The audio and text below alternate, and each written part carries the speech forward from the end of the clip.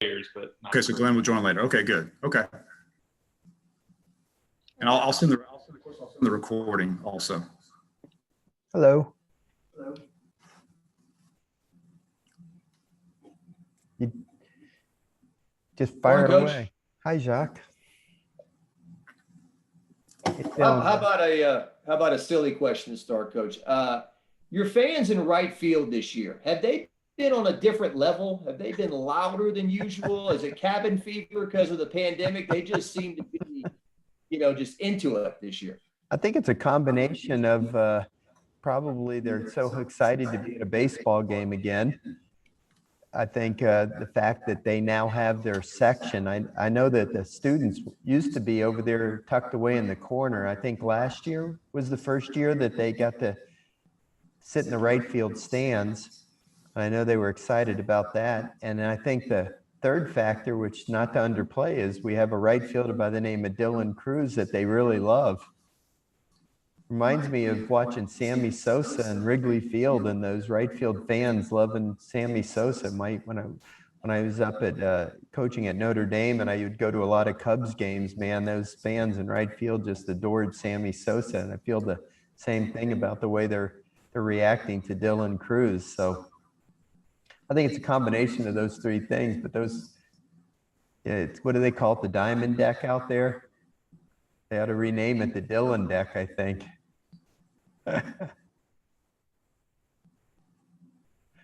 I can hear them though. They're loud. They're into it. They're a lot of fun. Thank you. Go ahead. What are you hoping to see from your team this week and going into Tennessee? Obviously, y'all won't have played for a few days, and you come off that win on Sunday. What are you kind of hoping to see them do this weekend? Yeah, I'm really disappointed we didn't get to play our midweek game this week. Not much we could do with this weather.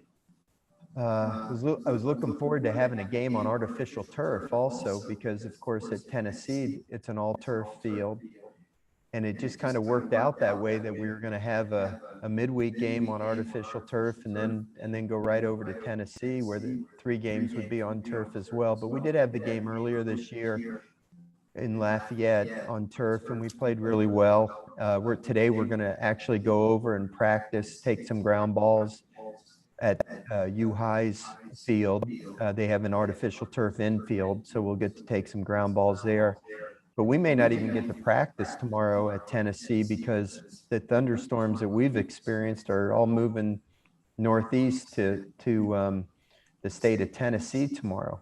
I'm hoping we're going to be able to get out of here, to be honest with you. It's the forecast for traveling tomorrow is not all that promising. Getting out of Baton Rouge, and even when we get into Knoxville, they're calling for thunderstorms all day.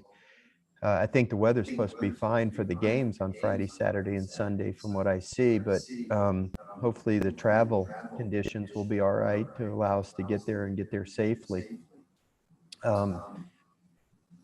So, I'm disappointed we didn't get to play the midweek game. I was really looking forward to that, having a chance for Helmers to pitch and use some other guys out of the bullpen that didn't get a chance to pitch this weekend. The double-edged sword was that our starting pitching was so good, we didn't need to use many guys out of the bullpen. The flip side of that is not a lot of guys got to pitch.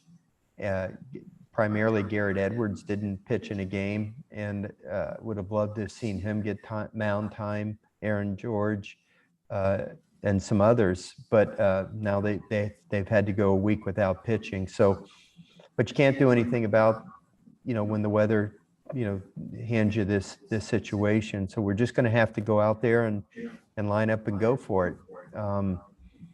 Maybe the rest will be a blessing in disguise. Who knows? It was a very emotional weekend, of course, against Mississippi State. And so maybe not playing will recharge the batteries a little bit. And it's going to take a lot of energy and a lot of enthusiasm, a lot of effort this weekend against a very good Tennessee team. Their coach, Tony Vitello, has done a phenomenal job since he went to Knoxville. He was the assistant at Arkansas, his last job, and he's always been known as a great recruiter. And now he's showing that he can be a great head coach as well. And he's just done a tremendous job transforming the program there. They were within an eyelash of sweeping Georgia on the road this past weekend. The only game they lost, the middle game, they had a 1-run lead with 2 outs in the 9th inning, and the Georgia batter got a 2-run single with 2 outs in the bottom of the 9th inning to walk off against a relief pitcher that hadn't given up a run in 28 consecutive innings, something to that effect. And there was a couple of missed plays in the 9th inning that allowed it, to set the stage for that hit. So otherwise, Tennessee would have swept the weekend series. So we know we're going to be facing a very talented team, a team that's playing with an awful lot of confidence. I think they're ranked number 9 in the country. This is what you face in the SEC, weekend in and weekend out. You go from number 2 to number 9. The following week we'll be playing number 1. There's no rest in this league, and you just got to be ready for the challenge every day. So what I want to see out of our team is, once again, I see our starting pitching go out there and give our team a chance to win. Obviously, we need to make the plays behind them, and obviously, I want to see our hitting step forward a little bit more and come through with some big hits and some clutch hits, and then see our bullpen hopefully we'll have a lead and see our bullpen do the job at the end. But you got to just take them one at a time and get out of the weekend series on the road, especially with whatever you can get.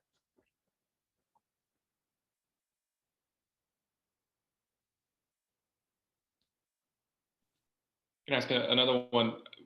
Something I just thought about the players last week. We got to ask them about the facial hair thing. They said it was sort of a holistic team decision. Could you kind of take us through why they ended up shaving there before SEC play?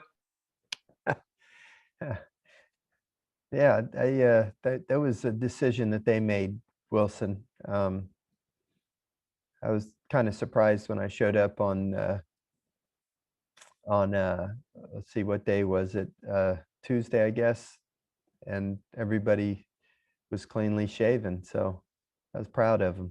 They made a big sacrifice to show their commitment to the team as a whole, and may not seem like a big deal to a lot of people, but for me, it was a big deal to show that they were willing to make sacrifices to, show some self-discipline and make a commitment to the team. I thought it was pretty cool. It was very moving to me to see them make a commitment like that. Hopefully, that commitment will pay off.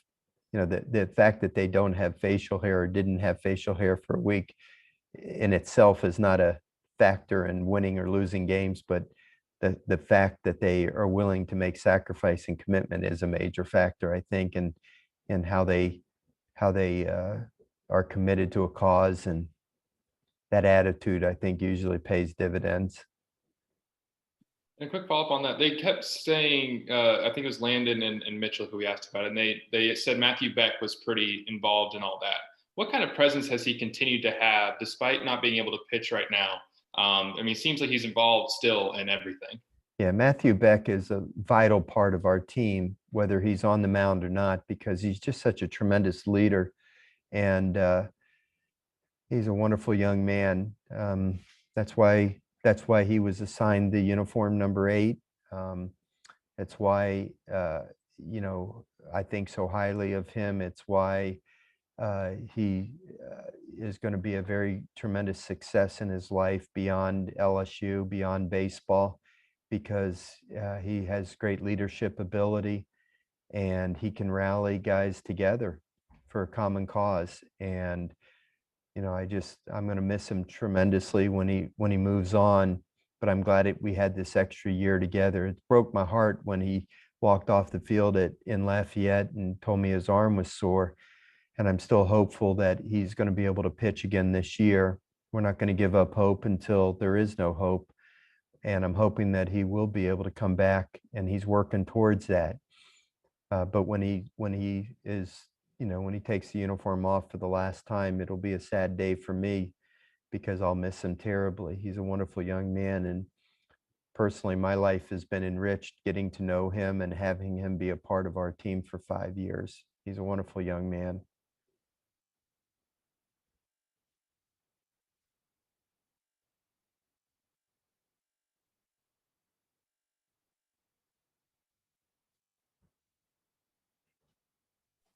Nobody else? Coach, Jaden Hill, and his performance last week. You want to see more strikeouts? I mean, the velocity is there. I mean, how do you read the way he's pitching on Friday nights for you?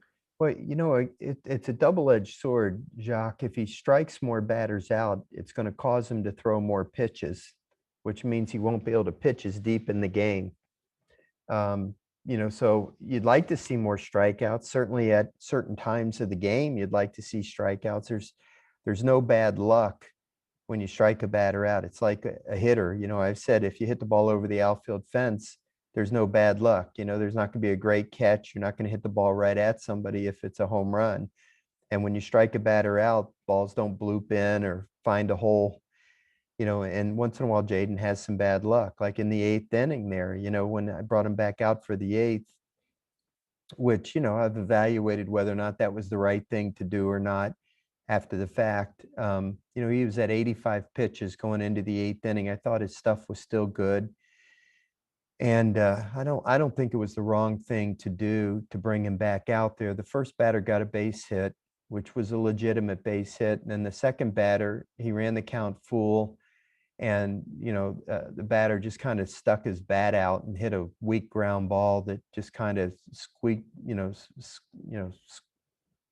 weakly went through the hole between the shortstop and the third baseman. It wasn't a well-struck ball at all.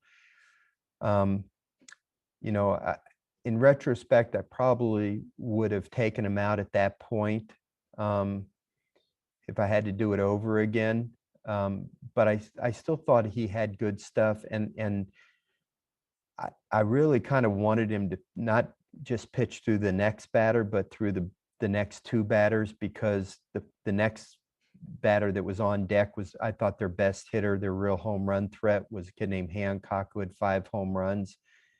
And, there's no secret that, the bullpen had been struggling. And because we were behind in the game, I wasn't going to bring in one of our top 3 relief pitchers. If I would have brought in, say, Ty Floyd, I wouldn't have hesitated. But because of the score, I didn't want to use Floyd, and I didn't want to use Fontenot, and I didn't want to use Edwards.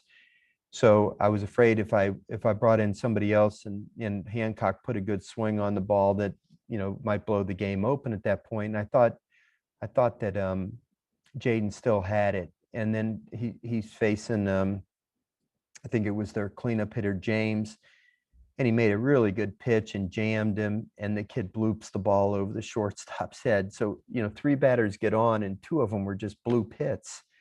Now, had he struck batters out, they wouldn't have got the little dribbler through the infield or blooped the ball in, and I left him in to face Hancock, and he got Hancock to pop the ball up. It basically was like a strikeout. The runners weren't able to advance. And then I took him out of the game, I think he was at 103 pitches. I mean, in retrospect, should I have taken him out to start the 8th inning, or should I have taken him out 2 batters earlier? Maybe not. McHale came in, did his job. He threw a first pitch strike, and the catcher kind of ambushed that first pitch, and the ball found a hole, and he got the 2-run single, and the runners ended up scoring. The guy had a swinging bunt then, and we had bad luck again, and the guy scored the other run. But I thought Jaden pitched really great baseball. He didn't strike out a lot of batters, but had he struck out a lot of batters, he might have only given us 6 innings, and then we would have really had to lean on the bullpen. And again, with us behind in the game and not really showing a lot offensively against a really good pitcher, it would have been a tough call whether or not you go to your premier guys out of the bullpen. What if you go to your premier guys and then lose the game 2-0, and you've used up your best bullpen arms on Friday night? Then you don't have them available on Sunday to win the game on Sunday. Those were always the toughest decisions for the manager on that Friday night game. So, it played out the way that it did. But I have no qualms with the way Jaden's pitching. I do think that I pushed him to the limit on Friday, and I thought he was ready for it, and I think he was ready for it. I think he handled it fine, but that was the hardest that I've pushed him and asked him to give the most that he could give. He went 103 pitches, and I think he emptied the gas tank.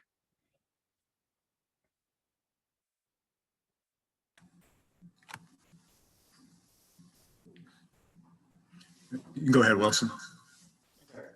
No one else has another one.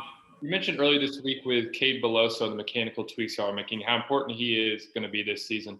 What is it about, Cade's sort of presence in the lineup? It's going to make him so important if y'all are to make a championship run. And what sort of mechanical tweaks did y'all want to try to make with him?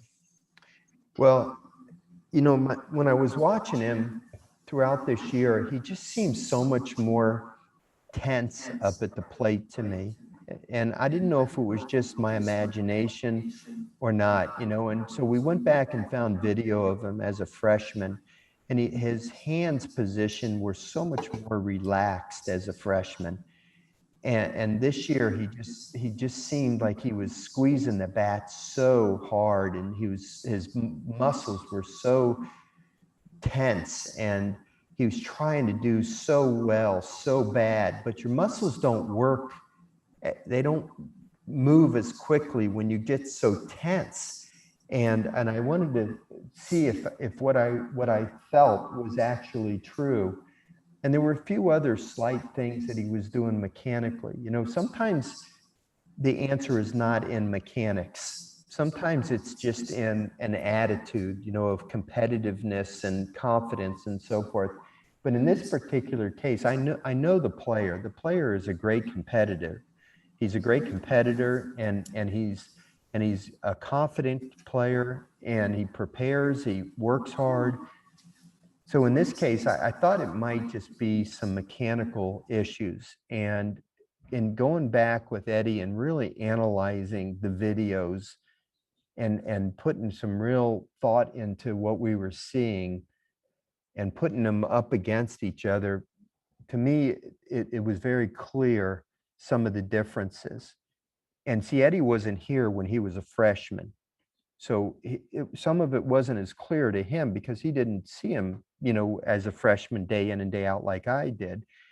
And so when I talked to Cade and then we took him into the film room and showed him, he understood the things that I was talking to him about. And we went out to the field and made a few changes, and at least in batting practice, it looked so much better. And then we had him face a couple of pitchers that are in rehab, and he felt so much better. I wish we could have had the game, we're against Tulane, where he could have got real live game action. But I feel better, and I'm anxious to see him in practice today and see if he can continue along the same trend. But there's no secret, Wilson, about how many young players we have in our lineup, true freshmen and reclassified freshmen. And really, when we line up, typically we only have two guys in their third year here, and that's Dugas and Beloso. And I have all the confidence in the world in our young players, but it's nice to have a little bit of veteran presence in there, And if Beloso can get back to swinging the bat like I know that he can, and then you have a little bit of that veteran presence in there, I think that only benefits our team. And that's what I meant when I said that, So we'll see how it goes today and tomorrow in practice, and then we'll decide what we're going to do.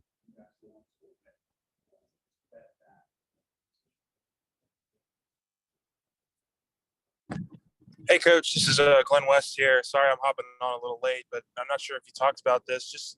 I know you've mentioned Collier and his ability to, really play some stellar defense for you guys, but what about his improvements at the plate? I mean, is that something that he's been working on daily? And is that something that you've seen from him this, in the first couple of starts that he's had? Just talk about his development maybe at the plate and why that's so important for you guys. Well, I do think that Collier has had a couple of good weeks of practice swinging the bat, and it looks like he's making some improvements and some adjustments there. And I hope that he continues to do that. But Collier is he's not going to go out there and hit 350 and hit a bunch of home runs. I just don't know that he's got those physical tools to do that. And he's got to be a good situational guy. And I needed him to put a couple of bunts down this weekend. He wasn't able to do that. There's things that he's got to do if he wants to be in the lineup every day besides his defense, because, the idea is not only to save runs, but we have to eventually score some runs as well. And so when you look at our options at second base, they're really kind of drastic options on opposite ends of the spectrum. You know, Arnold's hitting 300. He's hit 4 home runs. He's driven in a lot of runs, but his defense has been a little bit suspect at times. His range is somewhat limited. He's made some errors.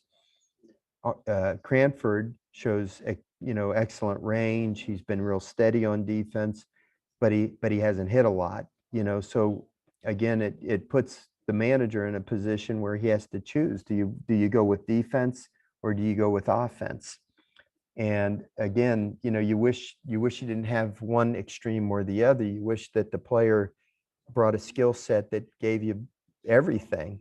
You know, unfortunately, that's not always the case. So what you try to do is try to get something a little bit closer to the middle. So we're constantly working with Arnold on improving the defense. You constantly work with Cranford on improving his offense. Again, you know, it's not terribly unlike the catching situation. Milazzo is such a outstanding defensive catcher, especially with his throwing, but offensively struggles at times. And then on the other extreme, you have Travinsky, who, you know, is a real threat offensively, although he struggled this past weekend. He struck out, I think, 5 of the 7 at bats, but, you know, he has the potential to be a game changer offensively, but through no fault of his own, you know, he's got the arm that's on its way back for healing wise. You know, when he's healthy, he's got a good arm and he's a good receiver. But right now he's, you know, his arm is not 100%. So it forces me into having to make a decision. Do you want to go with the defensive guy that can stop the running game, or, you know, that's a little bit thin with the bat, or do you want to go with the guy that can be a game changer offensively, but the other team perhaps can take advantage of him having a little bit of a sore arm right now? So these are some of the decisions that I have to make right now, and each day is that decision that you have to make on those particular positions. Some positions you don't have to make those decisions because the player that you play can be both a really good offensive player and a really good defensive player. Those are your favorite kind of guys, obviously. And by the way, we got one of those guys sitting right here if you'd like to talk to him instead of me. Anybody have anything else for me?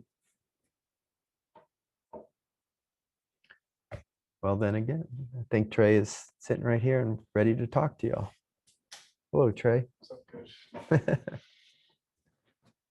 All right, thank y'all.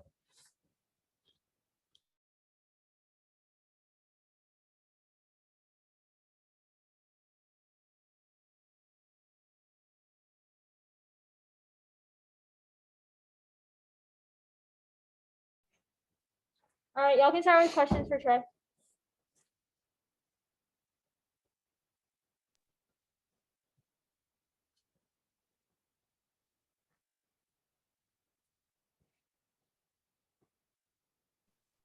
Hey, Trey, it seems like going into that, I think it was probably your last at bat there in that Sunday game against Mississippi State, you were in a bit of a rut. What did you find was going on that was causing that? And did you feel like you sort of broke out of it with that RBI hit? I mean, it was definitely pitch selection. That was the biggest thing I was struggling with.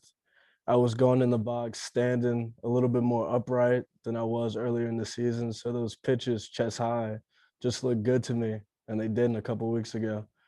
So that game, I really focused on getting back into my back leg and eliminating that chest high pitch so it turns more neck high, so laying off of it. And I saw that last fastball really well, and I drove it back up the middle.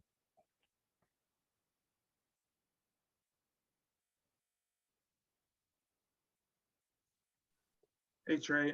So yeah, I mean, just expand a little bit more on that for us, I guess. You know, obviously it's an ebbs and flows kind of situation for you guys as freshmen. You're going to have a lot of high moments and then some down moments. I mean, just kind of how did you get through, you know, that little bit of a stretch there where things just weren't clicking? And yeah, just talk about, you know, how you were able to get yourself out of it. I just went in the cage extra after games and before practice, after practice, trying to figure out what I changed, what was going wrong. And I watched some videos on me hitting, and I saw that I was standing more straight up than I usually was. And that's why I was chasing those pitches that I wouldn't normally chase. So it was just extra work that got me out of it, really.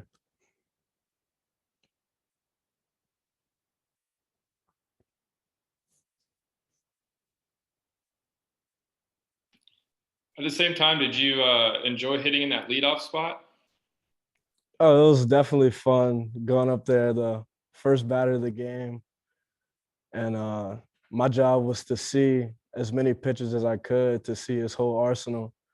And I went deep in the count my first at bat and got a walk. So I feel like I did my job that first at bat, showing the team everything he had.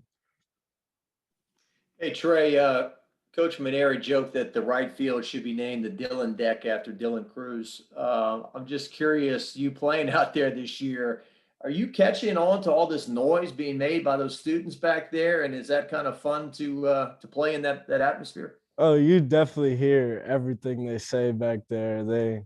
They're screaming Dylan. And then when I turn around and tell Dylan how many outs there are, they scream at me. They're like, repeat, how many outs do they have? So that's definitely fun, entertaining them.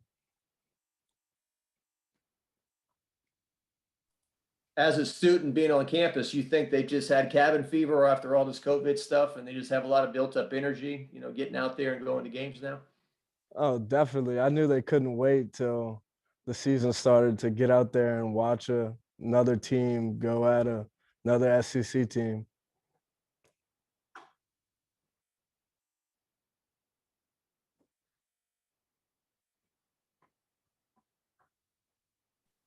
Trey, how have you seen Cade Beloso, obviously one of the veterans on y'all's team? He's not striking out much, but he's also hitting about 224. How have you seen him try sort of handling what's a rough start to the season for him? I mean, what looks like a rough start on the stat sheet definitely isn't a rough start by if you're watching him hit. He consistently goes up there and drives balls hard. You see him come into the dugout laughing because he just can't catch a break. He'll hit a ball 105 miles an hour right to the right fielder because that's just where he's positioned. But you really can't tell that he's struggling right now by the way he's talking. He keeps lifting us up. He's always into the game. He's never in himself. He's always with the team. Hey, Trey, defensively coming into the season, it really seemed like that left side of the infield was a big concern for Coach Mainieri. But, you've seen Kay Doty now for a couple weeks and obviously Jordan Thompson really kind of take off at that position. I mean, just for you as a first baseman, I know that you're seeing a lot of what they're doing out there. Just what do you think has been the biggest improvements from each of those guys since moving over to the left side of the infield? I mean, it's definitely the chemistry that we all have in the infield, like being able to, in between pitches, look at each other and laugh and joke around and then lock in with the pitch for those 10 seconds and then go back to laughing and talking about the game. I mean, the chemistry is just crazy with us right now, and I love that. Yeah, and then also in the same breath, you've obviously had Zach at second and then obviously Collier this last weekend. I mean, just is that any kind of an adjustment you have to make between those two guys? I mean, just what have you seen from that position as one of them really tries to, I guess, get a little bit more of a handle on this spot moving forward? I mean, it's really just about taking reps with both guys because you don't know who's going to be in the position at that game, and you got to be comfortable receiving throws from both guys. So I got with Collier. We practiced a little bit extra. I got with Zarnin when he was there. We practice extra because that throw it looks easy, but it can be tricky if he puts too much on it or he doesn't put enough on it. So it's really about us connecting and seeing how he throws certain balls.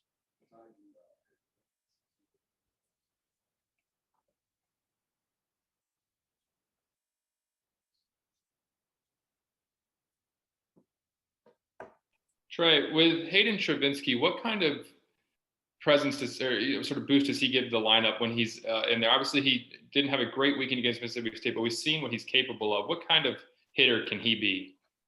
I mean, every time Hayden steps in the box, a few guys in our lineup actually, but every time specifically he steps in the box, you just assume that a home run is going to happen or extra base hit. It's everybody gets on the rail and they look for it. So that's the kind of power he definitely brings into our lineup. he can put the ball out whenever he wants to, really. Y'all obviously have some impressive home run numbers. Does he have maybe the most pure power on the team? It's between him and Gavin and Cade, really. Just watching their BP, it's just different how far they hit baseballs. Like, I go up and ask them, like, how do you do that? Because I just go up there and hit singles in BP. They hit balls off the scoreboard. It's definitely fun to watch. What's maybe the farthest you've ever seen Hayden hit a ball in BP? I saw Hayden put one on the camera tower, like next to the batter's eye. He put one like on top of there. I was like, oh my, and the wind wasn't helping. Like, there was no wind that day either. The ball just flew out and it was ridiculous. I have a little bit of a question for you too. I mean, just it seems like Gavin and Cade and a lot of these kind of guys who've been around a little while, they've come up with some really clutch hits for you guys. I mean, that home run that Gavin hit on Sunday really seemed to ignite the rest of the offense. I mean, is that something that you guys just like whenever there's a big hit, it really just kind of translates to the rest of the order and the rest of the lineup? And just talk about how some of those maybe big moments can certainly spark the rest of the day. I mean, like people say, hitting's definitely contagious. So once somebody starts it, like our term, the vibe train, we all got to get on the train and keep it going. You don't want to be that guy to not get the hit and shut everybody down. You just want to keep it going. And he started that, and then we just kept it going that day.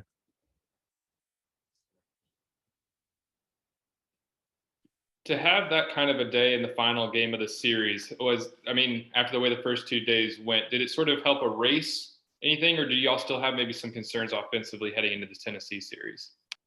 No, we're definitely confident in our offensive ability. I mean, we just know that we have to go out there and play our game and hit. Like, when we step in the box, we know that we have to focus on us, not focus on the guy on the mound or how they're shifted on the defense. We just got to go up there and stick to our plan.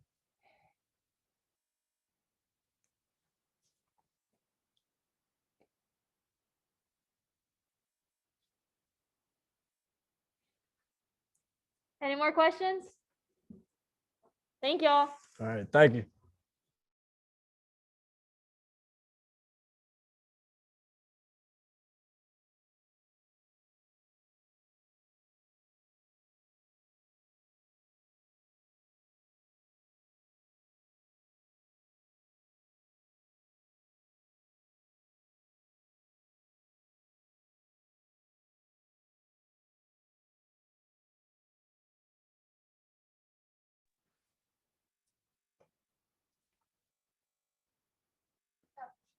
All right.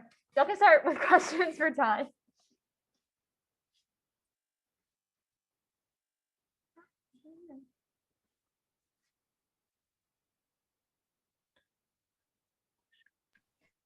So I guess for starters, just take us through, your first SEC outing. You start with 4 strikeouts, and then they get to you just a little bit. What did you think you did well, and what do you think you might need to improve on moving forward?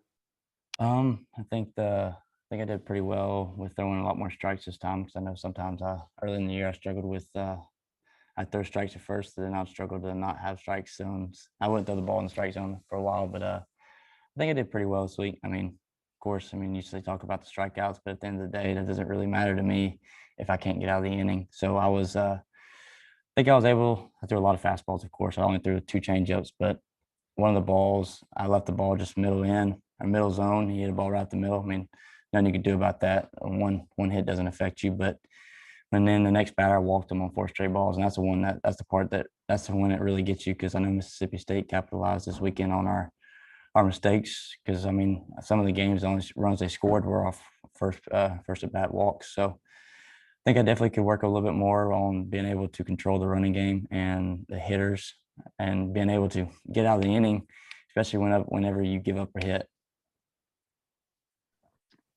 Hey, Ty, my name's Glenn West. I'm not sure if we've ever had the chance to meet you before, but nice to meet you. I guess, just also, a week ago this time, it really seemed like, there was a lot of naysayers and a lot of doubters about this bullpen.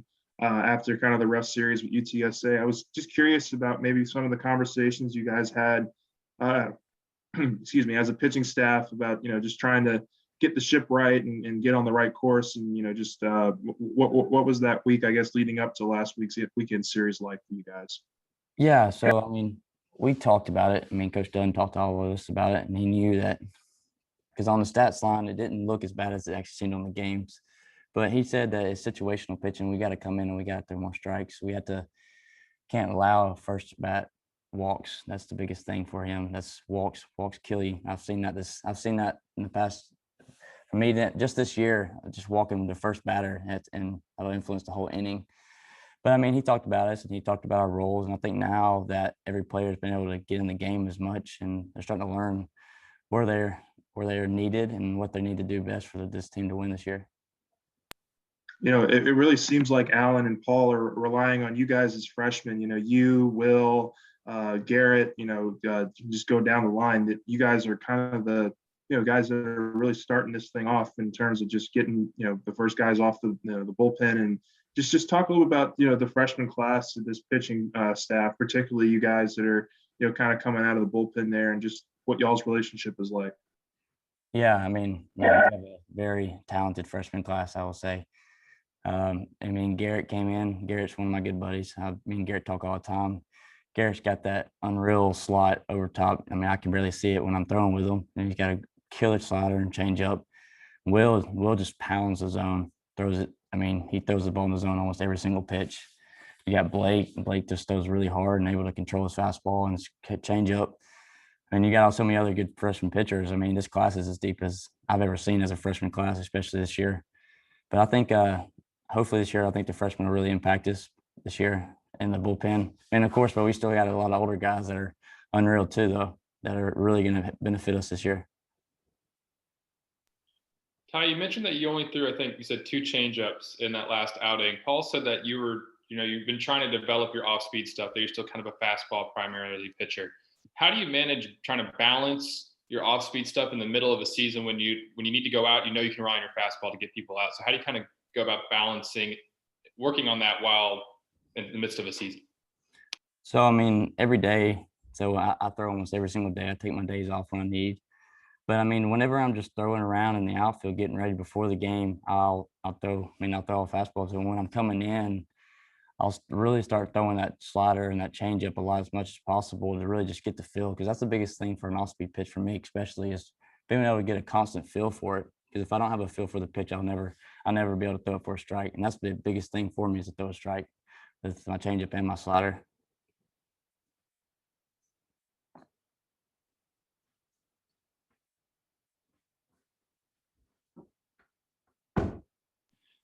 You mentioned the leadoff walks, and you kind of alluded to this a second ago.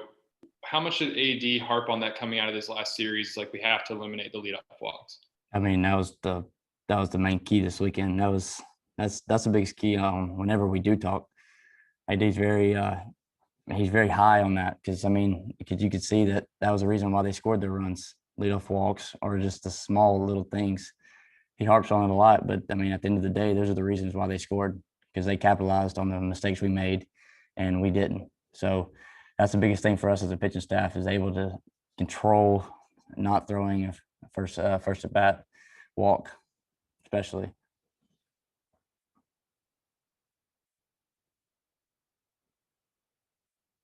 And then with Hayden Travinsky, he's of course still coming back from that elbow injury. I think he was able to catch the full game on Sunday, so you probably pitched to him that day, I think. Yes. I did. Okay, how have you sort of seen him kind of come back from that? Do you think he's sort of close to where he wants to be as a catcher, or is it taking him some time just because he's still he's still rehabbing that a little bit?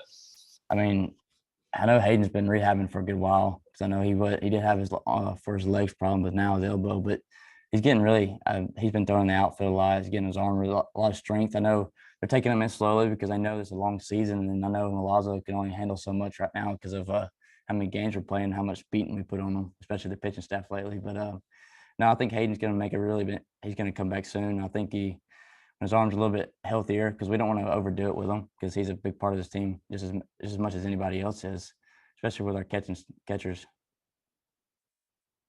do y'all as a pitch knowing that teams might try to take advantage of the fact that his arm isn't maybe 100% yet, do y'all have to do anything as a pitching staff to try to maybe speed up your move to the plate if there's a runner on first or something like that to try to help him in the running game?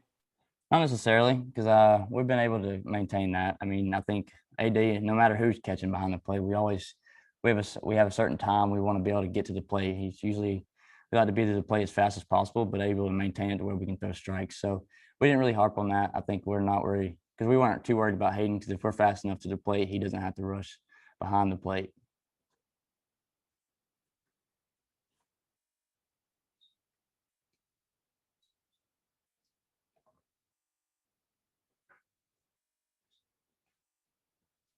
Any more questions?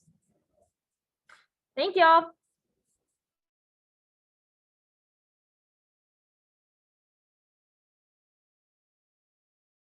Cade's gonna do a radio interview and then he will be right with y'all.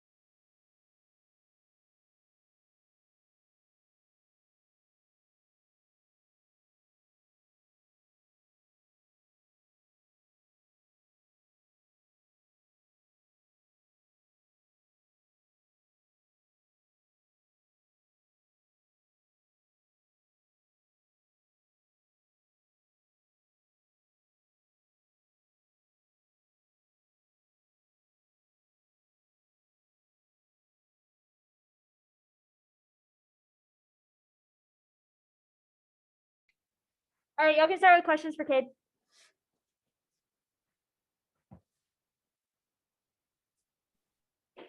Cade, we were talking to Coach Mainieri a little bit about what y'all were trying to work on with your swing. What has been the biggest thing for you to try to get that average back up to where you would like it to be?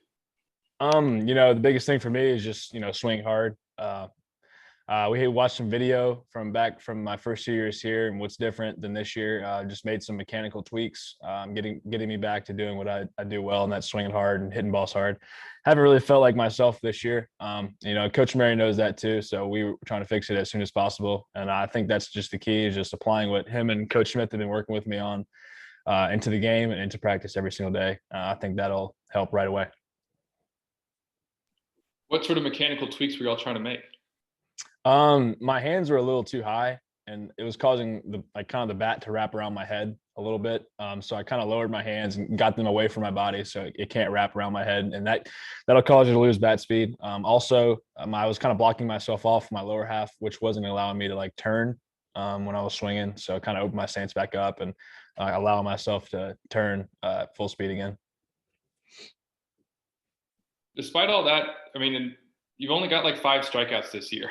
You're putting the ball in play. Has it been bewildering to you at times that the average is where it is and that you aren't on base as much as you might like to be? Say that again. Is it just bewildering to you at times that despite the fact that you're hardly ever striking out, that you're just not getting on base as much as you might like? It's just baseball. That's just the way the game goes. Sometimes you have some bad stretches. I believe this is one of my bad stretches I've had in my career here. I can't let this alter my confidence. I got to have confidence no matter what. So, I mean, I try not to think about it too much. Obviously, I see the numbers, unfortunately, on our big scoreboard and stuff like that before the game. But I just, you got to let it go. You just got to know that eventually you're going to get out of this. And eventually it's all going to be okay. The law of averages evens everything out. No doubt about that.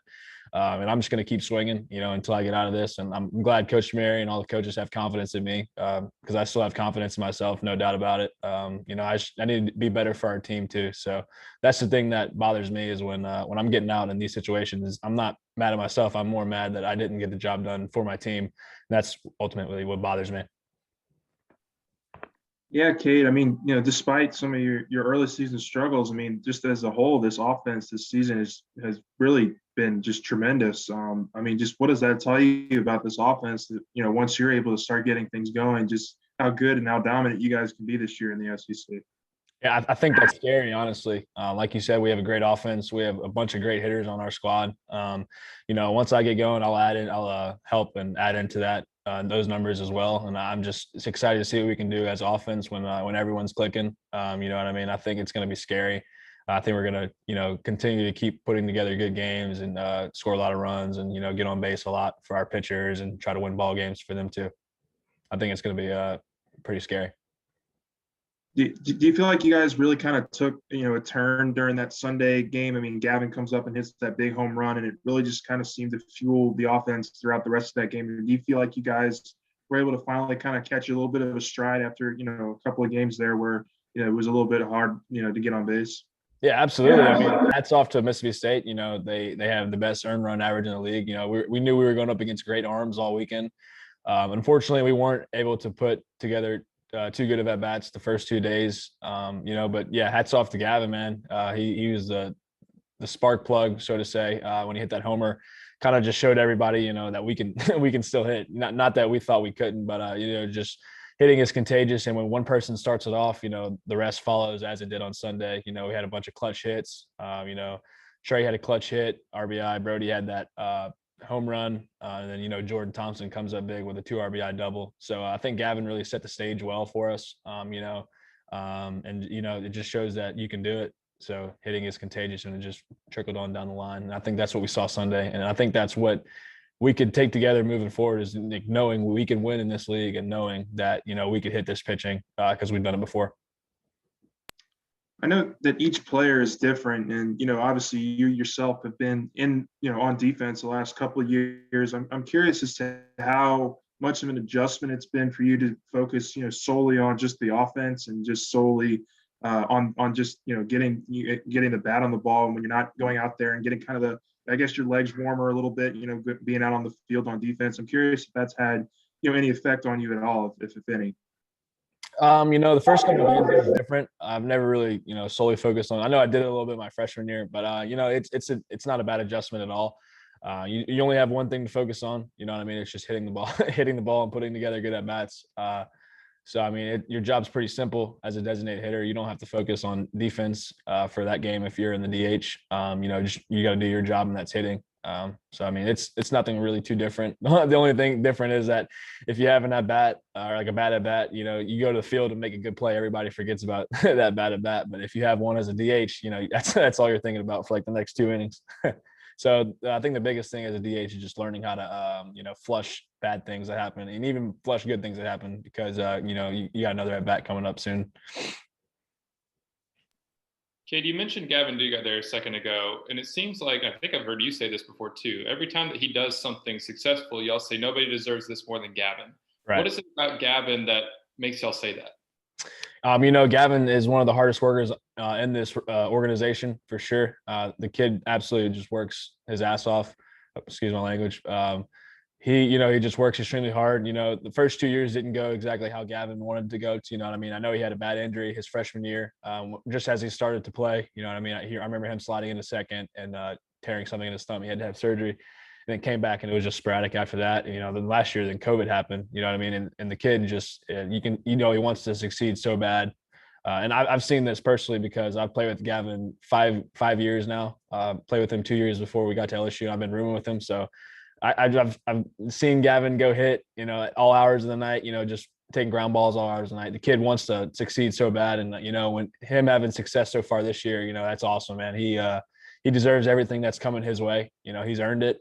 Definitely not luck at all. So I'm just so excited for him. He's having success and I know he's going to continue to have success just by the way of his work ethic, and his drive and his mindset. And I'm excited to see that.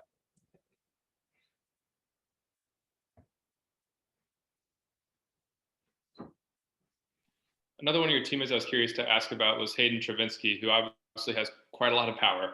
How far have you maybe ever seen him hit a ball in like batting practice or something? It's crazy. Hayden has some of the best power I've ever seen.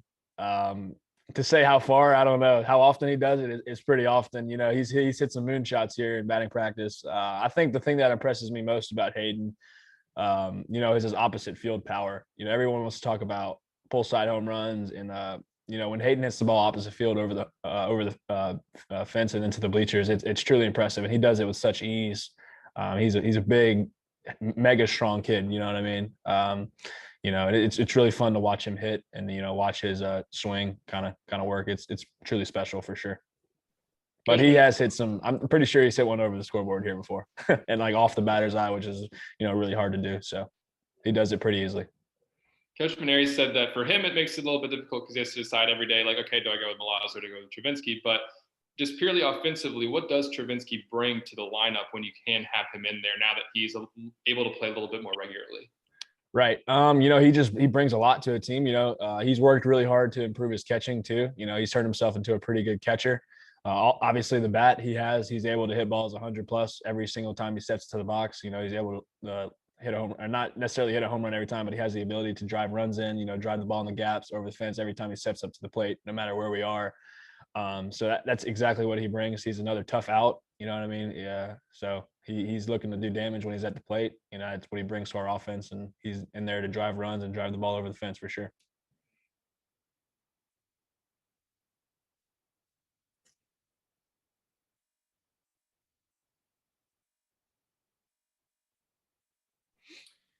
Hey, Cade, I've asked a couple of your teammates about this. I've just noticed there's a lot more energy in the right field deck this year with those students and everything. Have you noticed that as well? And I know they're supposed to keep their manners and not say certain things, but has it given you guys some energy this year? Absolutely. when you hear those guys getting rowdy out there in the student section, it brings energy to our team too. And we call it the Dylan Cruz effect. Cruz is getting them going out there. So they love him, and I know they love our team.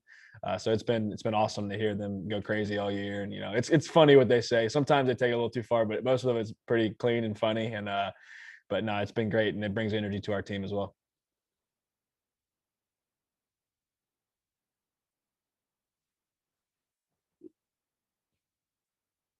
Any more questions for Cade?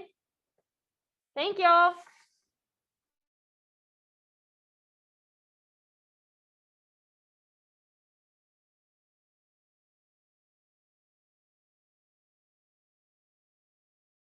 Hey, Bill.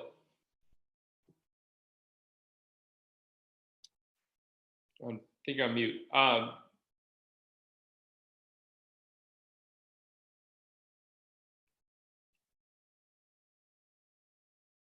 I can't hear what Bill's trying to say, but I was just He acknowledges that you have a question and you may ask that question. Okay.